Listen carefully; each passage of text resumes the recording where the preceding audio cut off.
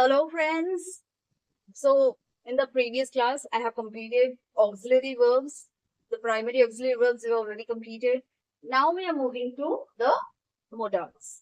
So here, I have written the modals that is mostly used, and they are the what we can say the main forms of the modals that will come in use. So like can, may, will, shall, must, ought to, need, dare, could, might, would, should, used to. These are the modals. So students, here we can see that can has a past form could, may has a past form might, will has a past form would, and shall has a past form should. Must, ought to, need, and dare, they do not have any past form. And for used to, there is no present form. Only we use used to in the past form. Clear?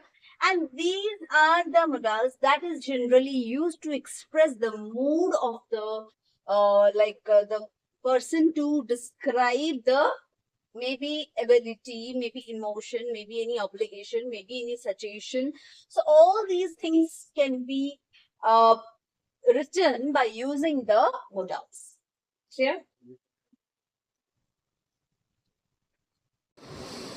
So students, the all these modals that we are using, okay, when we are using in the sentence, remember the modals do not like in the we have used in the auxiliary verb like is, am, are, or have, or do. So when we were using those verbs, we used to make changes based on the number, based on the tenses, based on the passive form. So it is we were making changes accordingly. But if we talk about the modals, they have no S form. They have no S forms. They do not have any S forms, means they do not make it plural like cans, mays, we can't relate that. Or like we cannot, do not have something, some kind of like making it plural, like is becomes are when we are using it in plural form. So, or was becomes where in the plural form. But in this case, no, it remains as it is, whatever the subject may be plural or singular, it will remain as it is. Only the changes will be based on the present and past. That too, these four doesn't have any past form and this doesn't have any present form. So this four will be always used to represent the present and tense time, present tense, sorry, and then this will be used always for representing the past. So no S forms and no infinitives. No infinitives also we can use it in the modals. No infinitives will be found in the modals. So infinitives like to write, to speak, to dance, those are infinitives. In detail we'll come to infinitives chapter. That time you'll be very clear about it. For now just remember with the verbs we use to dance, to write, like this. So to is generally used before an infinitive. So you can see here we have to in two places, but don't think these are the infinitives, they are the modals. So these ought to and used to, these two are attached with these modals. Without use of the two we cannot make the sentences. So these two will remain as it is whenever you are using these two modals in a sentence. And we do not have no forms, no infinitives, no ing form. Like this we can say she may visiting, she may visit. Okay, they will waiting, they will waiting will be incorrect. They will be waiting will, that is different form. Okay, but they will waiting I cannot write, that will be incorrect in that case. So different ing form cannot be used, no S forms, no infinitives when you use in modals. Okay, and they itself doesn't make any change, they remain as it is. You can see written in the board exactly you will be used. And you have to remember, two modals cannot be used together in a sentence. Two modals cannot be used in a sentence together. And when you're writing some group of verbs in a sentence, then the first word that you will be using will be the modal. Means when in a sentence you have modal and main verb and some other verbs is used in a sentence, the modal will come always first, then the rest of the verbs will be used in a sentence. Okay, that is the rule when you are using the modals. Okay, and what else we have? I think we have covered whatever important points were there. Next, we'll move with other points. And this is the uncontracted negative forms and the contracted negative forms. I've given very few examples here. There are many, all the whenever you are using like in negative forms with maybe that is the auxiliary verbs or the modal, you have to write in this. You can write in this form. So both are correct, just remember. See here, use not to is given. So in this case, it will be usn't and could not, couldn't, is not, isn't, had not, hadn't, has not, hasn't, were not, weren't. So that will be the contracting negative. So this is very common. Now we will move like all the different modals uses. Okay, how and when do we use all the different modals? That we will understand. So see the use of the can. It can be used to express the ability. Ability like this teacher can speak for hours. I can read this letter for you. He cannot do it. So these are the abilities. Okay? When you express an ability, you can use can. Permission, when you want to ask something for permission, like you ask permission to someone, you can go home now. You can go home now. Okay? You can use my phone. So permission giving. Okay? Can I see your boss now?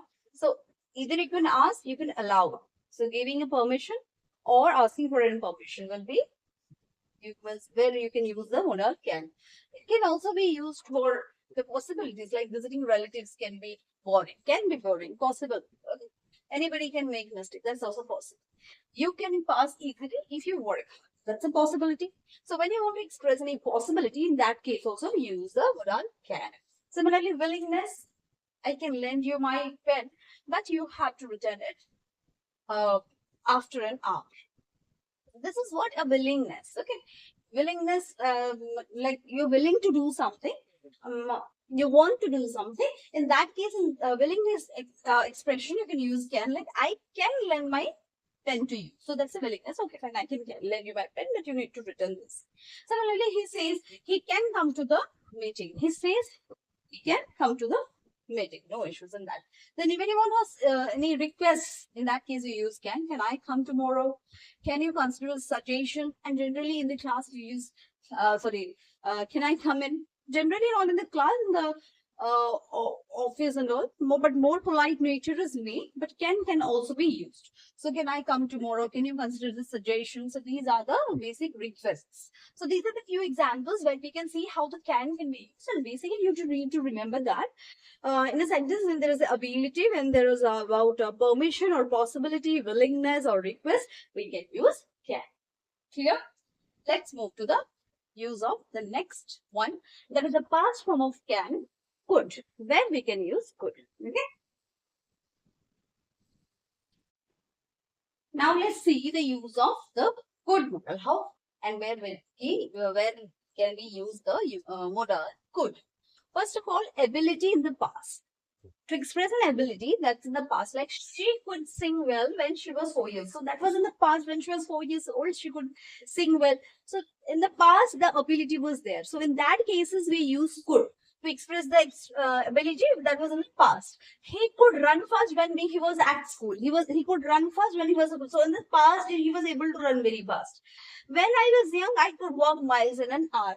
So when I was young, I was able to run a mile. So in that case, could that was you were able to do that in the past. So the thing that the person or the about someone you're going to express something, the ability that was possible in the past or was able to do it in the past, in that cases we use could. Okay, so permissions or the polite request, you are asking a permission but in a polite way. So the questions when you ask, in that cases you use could. Like, could I use your pen? Could I use your pen? That's a polite request. But suppose you are in a hurry and you forget your mobile phone on the way and you want to contact somebody very important, somebody nearby you found and you requested someone to lend the phone so that you could talk to someone. So could I use your phone for a while? I need to make an important call. You can ask something like that. So that there you're using could. Are you clear? Similarly, could she leave school a little earlier? So that's a permission you're going to ask in the school whether my child can leave earlier today. So you are requesting along with your asking a permission, right? So could you stay a little longer? So this is also a permission, a request, a polite request. Now possibility. In case of possibilities also we use could. What he says could be a lie.